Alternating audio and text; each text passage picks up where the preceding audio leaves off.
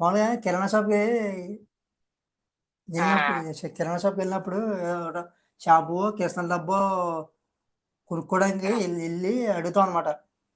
ఉమ్, నేను చిన్నప్పుడు మరి నేనే అడిగేవాడినా లేదా అందరూ ఇలా అడిగేవారో నాకు తెలియదు కానీ ఉమ్, అండ్ లేదంటే అన్న అనయ్య ఉమ్, ఓ ఉమ్, షాంపూ కిరసన డబ్బా ఎవరా ఉమ్,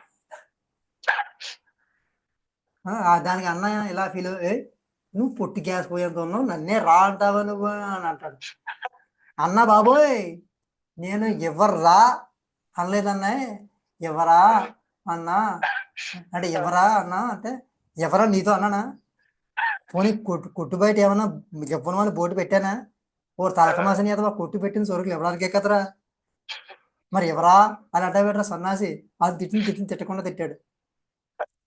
అప్పటి నుంచి ఎవరా అన్న మానేసి ఇవ్వండి అని అనడం స్టార్ట్ చేశాను. ఆ, నిజంగా మనకు కొన్నిసార్లు మాట్లాడటం వచ్చు అనుకుంటాం కానీ రాదు. ఎవరా అంటే అవతల వాళ్ళు ఆ, ఆ, ఎలా రిసీవ్ చేసుకుంటారో మనకు తెలియదు. అదే కొట్టుకెళ్ళి ఆ, ఓ పెన్ను పుస్తకం కూల్ డ్రింక్ ఎవరా ఎవరా ఎవరా నేను అన్నానా ఇలాగే ఉంటది. మళ్ళీ ఇంకో కొంతమంది అయితే ఇస్తారా అని కూడా అంటారు. కూల్ డ్రింక్ ఇస్తారా నువ్వు అడిగితే ఇస్తావు అడిగే విధానం అదే కూల్ డ్రింక్ ఇవ్వండి ఇస్తానికి అని అడగాలి. ఇస్తానికి షాప్ పెట్టుకుంది ఉమ్, ఉంటాడు. మరి నువ్వు డబ్బులు ఇస్తే ఇస్తావు. అడుగుతాను అది ఉమ్, డబ్బులు ఇస్తారా అని. ఉమ్, ఉమ్.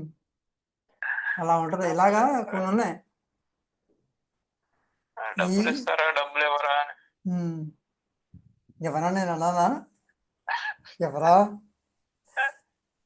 ఇలా ఇంకొకటి ఎవడైనా ప్రపోజ్ చేశారనుకో మామూలుగా నేను ప్రపోజలే కాదు ముక్కు మొహం నాకు తెలియదా అని అంటారు. ముక్కు మొహం తెలియనితో మనకేంటండి అంటారు. ఆ, ముక్కు మొహం తెలియడం ఏంటి ఈ ఈ ఎదవ ఎవరికి సరిగా తెలియదు. ఇక మళ్ళీ ముక్కు మొహం ఏం తెలుస్తుంది అన్న ముక్కు మొహం ఏం తెలియాలి అసలు తెలుసుకోవడానికి ఏముందని మనం ఏమన్నా డాక్టర్లు ఆ, సైంటిస్ట్. పోనీ ఆ పోనీ ఆ ముక్కు మొహం తెలుసుకుని ఏం చేస్తారు సర్జరీ చేస్తారా ముక్కుకి ముఖానికి సర్జరీ చేస్తారా పోనీ ఆ ముక్కు ముఖం తెలుసుకొని ఎవరి పోలికి ఏమైనా చెప్తారా అసలు ఏంటి ముక్కు ముఖం తెలుసుకోవాలనుకోవడం వెనక ఉన్న ఉద్దేశం. కొంతమంది ఆ ముక్కు ముఖం తెలియని వాళ్ళకి నేను అప్పివ్వను సాయం చేయను అని అంటా ఉంటారు. ముక్కు ముఖం తెలియని వాళ్ళతో మనకేంటి సంబంధం అసలు అలాంటి వాళ్ళతో మనకేంటి ఎందుకు సంబంధం కలుపుకోవాలి అలా అంటారు. అసలు ముక్కు ముఖం తెలుసుకోవాలంటే కాన్సెప్ట్ ఏంటో నాకు ఇప్పటికీ అర్థం కావట్లేదు. ఎవరికైనా తెలిస్తే చెప్పండి ప్లీజ్ నీకేమైనా తెలుసా నాకే నాకు తెలీదు. ముక్కు ముఖం తెలియని వాళ్ళకి ఏమి చేయకూడదు అంటే అసలు అంటే నోరు తెలిసిపోతుందా నాకు అదే ఇప్పటికీ డౌట్. నోరు కాళ్ళు చేతులు అన్నీ తెలుస్తున్నాయి. ఇప్పుడు కాళ్ళు చేతులు అని తెలిసినప్పుడు ముక్కు ముఖం నీకు ఎందుకు తెలియట్లేదు. ఓహో ఆడికి ముక్కు ముఖం తెలియదేమో అనేమో అవతలవాడికి అంటే ఆహా, వాడితో ముఖం వాడికి తెలియదు. ముఖం తెలియదు అంటే ఒక మనిషిని చూడగానే ఫస్ట్ చూసేది ముక్కు ముఖం అనుకుంటా. అన్నీ ఎదుటి గుర్తుపట్టాలేమో. ముక్కు ముఖం పరిచయం లేనోళ్ళు అని అర్థమేమో. అదే వాడు ఎదుటోడు పంపింగానే ఈయన గుర్తుపడితే అప్పుడు ఉమ్, ఈడి ముక్కు మొహం వాడికి తెలిస్తే అప్పుడు ఇస్తాడేమో. ఆ, ఇది ఏమో దీనికైతే ఇప్పటి వరకు నాకు తెల్లలేదు ఇది. ఇదే కాదు ఇలాంటివి చాలా ఉన్నాయి కొన్ని పదాలు ఇది మన తెలుగులోనే మామూలుగా ఊర్లో జాతరలు అవి జరుగుతూ ఉంటాయి. కొంతమంది అధికారులు కక్కుర్తినా కూడా ఏంటంటే భోగమేళం పెడతారు పనికిమాలేదోళ్ళు. ఆ భోగమేళంలో డ్యాన్సులు అవి వేయిస్తారు.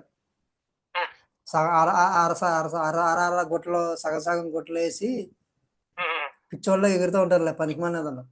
ఉమ్, వాడు వచ్చి అంటాడు నాతోని, ఉమ్. బొంబాయి పద్మ రాత్రి మా ఊర్లోని డ్యాన్సులు వేసిందిరా, చిందులు విందులు అబ్బో రచ్చ రచ్చ చేసింది, చూడడానికి రెండు కళ్ళు చాలా వనుకో అని అన్నాడు. చూడడానికి రెండు కళ్ళు చాలవేంటి, రెండు కళ్ళు చాలప్పుడు ఎందుకు చూడటం, అసలు చూడాలంటే ఎన్ని కళ్ళు ఉండాలి, పోనీ ఇంకో కొన్ని ఎవడన్నా అప్పిస్తాడా, అంటే ముఖం మీద కళ్ళతో ఒక పిచ్చి చూడలేకపోతున్నాడు, రెండు కళ్ళతో సరిపోవట్లేదు. అసలు ఇంకో కొన్ని ఎవడన్నా అప్పిస్తాడా, పోనీ ఏ ఐ బ్యాంకు వెళ్ళి కొన్ని తెచ్చుకున్నాం అనుకో, ఎక్కడ పెట్టుకొని చూస్తావు, ఆ కొన్ని ఎక్కడ పెట్టుకొని చూస్తావు, నుదుటి మీద పెట్టుకుంటావా, తల మీద, పోనీ భుజాలు, మోకాలు, తొడకాలు, అరికాలు ఎక్కడ పెట్టుకొని చూడగలం చెప్పు.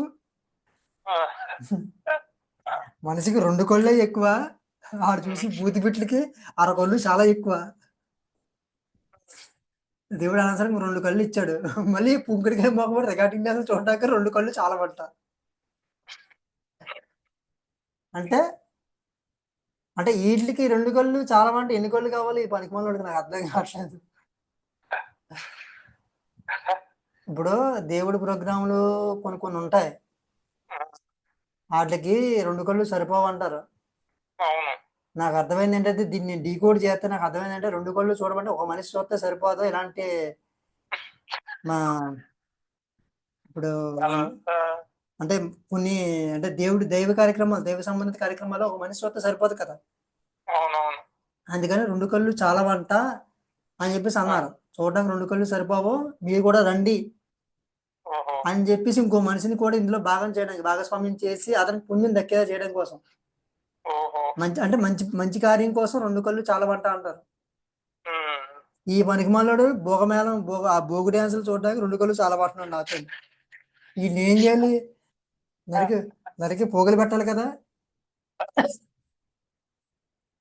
రికార్డింగ్ డ్యాన్స్ చూడడానికి చెడిపోవడానికి రెండు కళ్ళు చాలా వంట, అసలు ఒక కన్నుతో చూడటమే దరిద్రం అనుకుంటే రెండు కళ్ళు చాలా వంట. చూడడానికి అది పనికిమాలోడు ఉద్దేశం, ఆడు ఎలాగా పోయాడు మగ్గు గుడిసి, నేను కూడా మగ్గు గుడిసి పోవాలని. ఇప్పుడు రెండు కళ్ళు చాలా వంట, నువ్వు కూడా ఒక రాయి అయ్యి, అలాగా. ఇంకా ఇంకా కొన్ని ఉంటాయి, దొంగకోళ్ళు పట్టుకునే వాళ్ళ ఉన్నావు అంటే, వీడెవడో దొంగకోళ్ళు పట్టుకునే వాళ్ళ ఉన్నాడు అంటే ఏంటి, దొంగ కోళ్ళు పట్టుకోవడం పెట్టి, కోళ్ళలో దొంగ కోళ్ళు మంచి కోళ్ళు కూడా ఉంటాయా, నాకైతే డౌట్ వచ్చింది. అంటే కోళ్ళు అంటే కోళ్ళు దొంగతనం చేస్తాయా, దొంగతనం చేస్తాయి, వడ్లు అయ్యి దొంగతనం చేస్తాయి. అంటే కోళ్ళు అవి తింటే నాకు ఫస్ట్ అనుకునేవాడు దొంగ కోళ్ళు పట్టుకునే వాళ్ళ ఉన్నామంటే దొంగ కోళ్ళు పట్టుకోవడం ఏమో అనుకునేవాడిని. కాదు, దొంగ కోళ్ళు పట్టుకోవడం అని అర్థం. అంటే ఒక దొంగ కోళ్ళు పట్టుకోవడం అని చాలా ఏళ్ళ సస్పెన్స్ తర్వాత అర్థమైంది నాకు, చాలా సస్పెన్స్. అంటే దొంగోళ్ళు కోళ్ళు దొంగతనం చేస్తూ ఉంటారు కొంతమంది, పల్లెటూరులో బాగా జరుగుతూ ఉంటాయి. దొంగ కోళ్ళు పట్టుకెళ్ళిపోయేవాడా అని అర్థం, దొంగ కోళ్ళు పట్టుకుని పోయే వాళ్ళ ఉన్నావు అన్నదానికి ఇంకా దొంగ కోళ్ళు పట్టుకునే వాళ్ళ ఉన్నావు అన్న ఇది వచ్చింది అనమాట.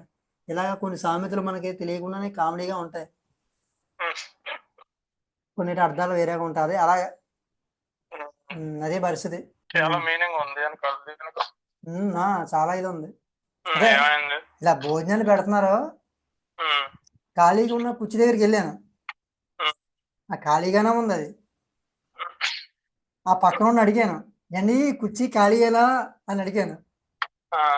ఆడు పైకి కిందకి చూసి, కేరా నీకేమన్నా మెంటలా, ఖాళీగా ఉన్న కుర్చీ చూపించి ఖాళీగా అని అడుగుతావు, అరబెట్టలు లంచడక అని తిట్టాడు.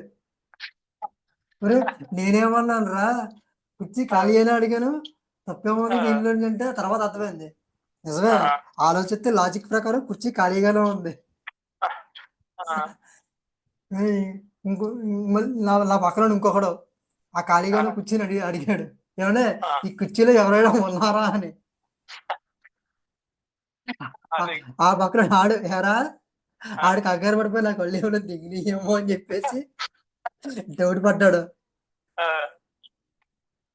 ఆ తర్వాత అందులో నా తర్వాత తెలిసింది ఇందులో బాగా ఫస్ట్ అయితే అసలు ఇందులో తప్పేముందని చెప్పేసి తెగ బొట్టలు పిసికేసుకుంటాం కానీ మనం ఉమ్, నిజానికి అడగాల్సింది ఈ కుర్చీ ఖాళీగా ఉందా, ఈ కుర్చీలో ఎవరైనా ఉన్నారా, ఎవరైనా వస్తారా, ఇలా కాదు. ఉమ్. ఏమైనా గురుగారు ఈ కుర్చీ మీ వాళ్ళ కోసం ఏమైనా రిజర్వ్ చేసుకున్నారా అని అడగాలి. అప్పుడు ఆ బలిగుట్లాడు చెప్తాడు, ఆ, ఖాళీగానే ఉంది, ఖాళీయే, ఎవరు రారు, మీరు కూర్చోండి అని. లేదంటే ఉమ్, మా వాళ్ళు వస్తారని చెప్తాడు. అంతేగాని "ఉం, కుర్చీ ఖాళీగానే ఉందా అంటే ఆడి సైటా లేదా కళ్ళు ఏమైనా మింగినాయి అని చెప్పి ఆడు డౌట్ పడతాడు, షాక్ ఆ, అవుతాడు. లేదనుకో మనల్ని మెంటలోడా నీకన్నా మెంటలా అని తిడతాడు. ఇలాగే నాకు ఒకటి జరిగింది. అలవాట్లో పొరపాటు మాటలు ఇవన్నీ సడన్ గా అడుగుతాం కదా, కుర్చీ ఖాళీగా ఉంటే కుర్చీ ఖాళీయా అని అడుగుతాం. ఖాళీయా అని అడిగితే ఆ, అది అలా జరిగింది.